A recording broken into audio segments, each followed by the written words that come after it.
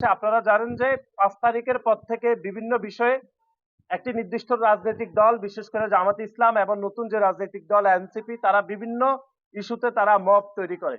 আমরা দেখলাম নির্বাচন কমিশন কোনো সিদ্ধান্ত গ্রহণ করলে পরবর্তীতে তারা মব তৈরি করে সেই সিদ্ধান্তকে পরিবর্তন করে দিচ্ছে। সেজন্য আমরা নির্বাচন কমিশনকে সুস্পষ্টভাবে বলেছি যে নির্বাচন কমিশন স্বাধীন একটি প্রতিষ্ঠান, সাংবিধানিকভাবে দায়িত্ব দেওয়া হয়েছে দেশের পক্ষ থেকে।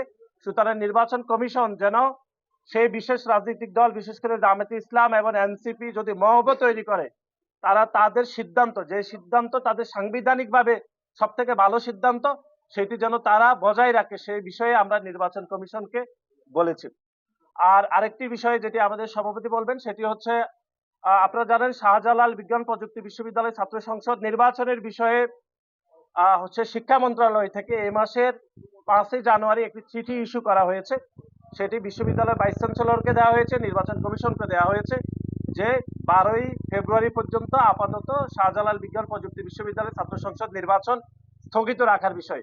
কিন্তু অত্যন্ত উদ্বেগজনক যে তথ্যটি, যেটি গণমাধ্যমে আসেনি, শাহজালাল বিজ্ঞান প্রযুক্তি বিশ্ববিদ্যালয়ের ভাইস চ্যান্সেলর সেই চিঠিটি নিজেই লুকিয়ে রেখে তার সহকর্মীকে সেটি প্রকাশ করেননি। অর্থাৎ শাহজালাল বিজ্ঞান প্রযুক্তি বিশ্ববিদ্যালয়ের বাকি যে অ্যাডমিনিস্ট্রেশন রয়েছেন, প্রভিসি সহ, তাদের কাছে সেই চিঠিটি তিনি প্রকাশ করেননি।